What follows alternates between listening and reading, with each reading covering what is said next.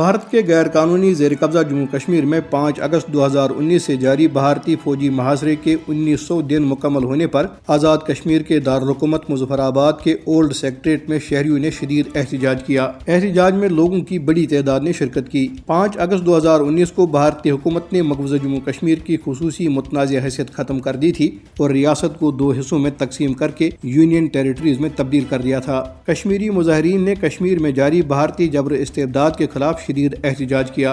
حکومت ہندوستان کے ان ظالمانہ اقدامات کے خلاف کشمیری مظاہرین نے احتجاج کرتے ہوئے زبردست نعرہ بازی کی۔ احتجاجی مظاہرے سے خطاب کرتے ہوئے مقررین نے کہا ہے کہ 5 اگست 2019 سے آج تک مقبوضہ جموں کشمیر میں بھارتی فوجوں کا ظالمانہ محاصرہ جاری ہے، جس کے ذریعے کشمیری عوام کی نقل و حرکت، تمام تر انسانی حقوق اور شہری آزادیوں کو سلب کیا گیا ہے۔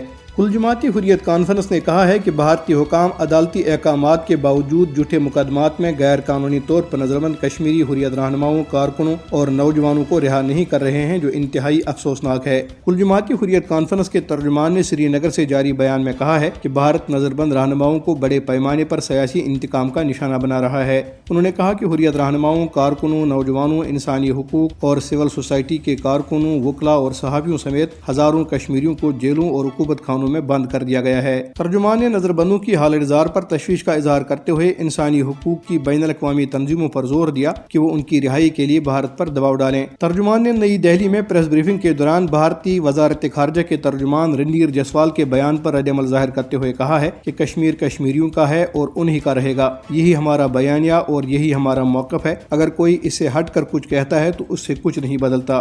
ادھر بھارتی فورسز نے کشمیریوں کی اندھادھند گرفتاریوں کا سلسلہ جاری رکھتے ہوئے ضلع پونچھ میں مزید 2 نوجوانوں کو گرفتار کر لیا۔ بھارتی پولیس نے نوجوانوں کو محاصرے اور تلاشی کی کارروائی کے دوران گرفتار کیا۔ پولیس نے نوجوانوں کی گرفتاری کا جواز فراہم کرنے کے لیے ان پر عسکریت پسندوں کے لیے کام کرنے کا الزام عائد کیا ہے۔